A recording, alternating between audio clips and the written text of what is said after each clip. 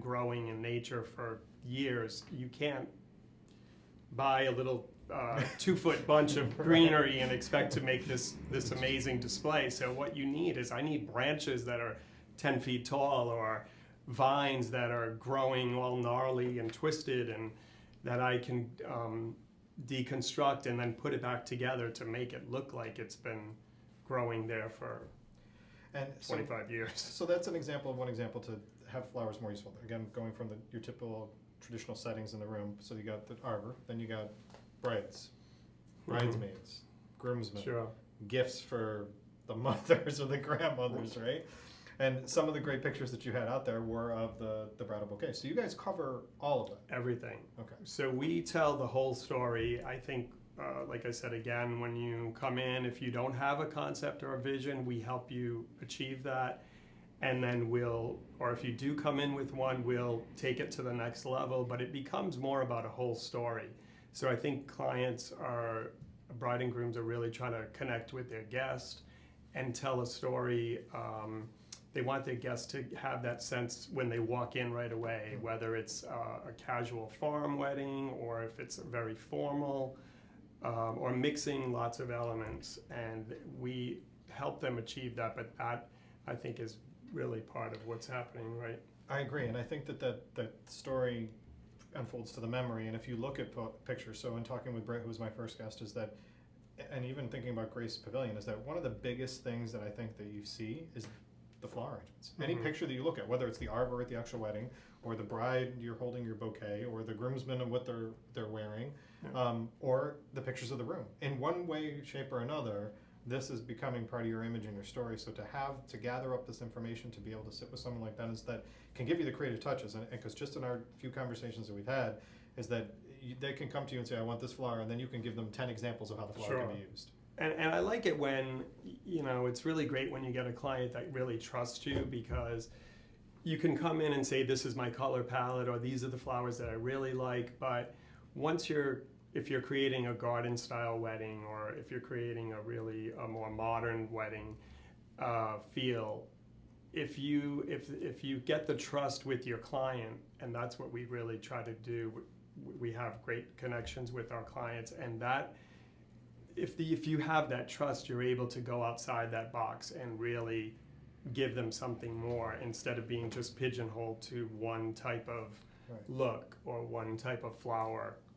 So as you're doing like these consultations and you go through the process and stuff like that, and again, people come in with the grandiose photos, the options, all these different options that are out there, can you guys provide the advice, or is it okay to have people ask you the questions of, do I do a table setup that's long because I want to fit something in that's personal like this? Because the kind of first thought that comes out is they come up with colors, but people don't think about the layout. So they don't think about the layout of the room. I mean, I remember us placing flowers in the corners just to make the corners stand up with uplighting better, just to change the environment. Can you guys help guide them through that process of the table setups and what the table should look like and how these things can incorporate to it? Yes, that's one of the funnest parts for me, is to, once we pick and choose like what color palette or what direction we're going to go, I like to be part of that decision making, where we can steer them in the direction and say, let's do a mix of tables, or let's create a lounge grouping within the space. Or so I think, as much as the importance of the flowers, it's also the importance of the whole overall look and feel and the design of whether it's in a tent, or so it becomes the whole environment. So we are floral designers, but we're also interior designers as well. Like, we really help stage the interior, and we work a lot alongside with event planners and also event companies, where they will provide some of the bigger prop items that we don't get into. Collaborate with. So we collaborate all the time. So timing wise, and I kind of covered this with talking about the Pavilion at Grace and with Brett from Blue Flash, timing wise, is there a recommendation on when you prefer that the bridal party or whoever's working on behalf of the engaged couple reaches out to you to start this process? Yeah, we will meet many times. I mean, we're meeting now pretty steadily with clients for this season, and we'll meet. But is it like after they've been engaged and they've chosen the venue, you always want the venue chosen first, or is there kind of the process that you recommend to them?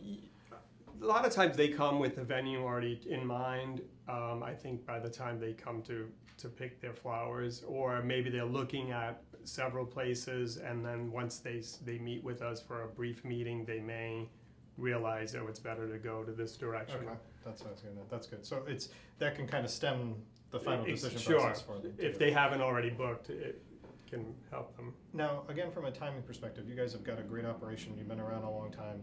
Is there any given point where it comes to the point where they should say, okay, I'm getting married in 6 months, I need to reach out to you now? Because do you guys fill up to the point where you can't take any more clients? We do book up, because we don't like to overextend ourselves. We want to really give you the best and the most attention we can for you for the day of your event. So it is best to think ahead, and we like to do things well in advance. Anyone that's worked with us knows that we are pretty organized and pretty.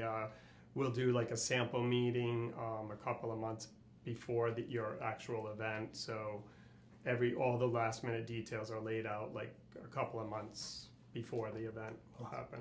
That's awesome. So there's a lot of good advice and a lot of good knowledge that comes into the planning.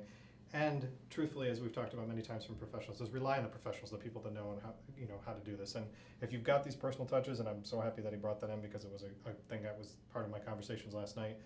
Talk to them about what fits, because you may want to tell them about this first before you even get into the rest of this, right? Well, and sometimes people will bring in some of their own props, and we'll work that in, and that's really fun.